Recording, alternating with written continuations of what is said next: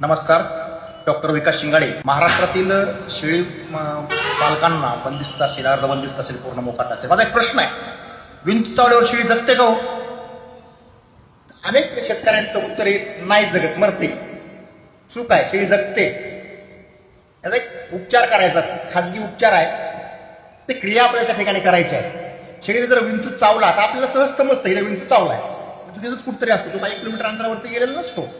विंचू चावल्याची खात्री पूर्ण झाल्यानंतर शेळीचा कान 1 ते 1.5 इंच कट करा. 1 ते 1.5 इंच कट करा. शेळीचा कान 1 ते 1.5 इंच कट केल्यानंतर ते रक्त बाहेर जाऊ द्या, रक्त वाहू द्या. जेवढं रक्त बाहेर जाईल तेवढं जाऊ द्या. ते रक्त पकडा थोडंसं आणि 2 डोळ्यात एक थेंब टाका.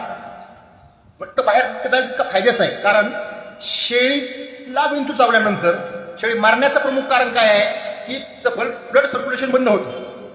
ब्लड सर्क्युलेशन बंद होतं आणि म्हणून शेळी मरती.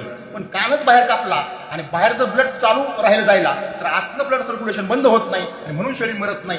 म्हणून शेळीला विंचू चावल्यानंतर हा प्रयोग करायला काही अडचण नाही असं मला वाटतं. धन्यवाद.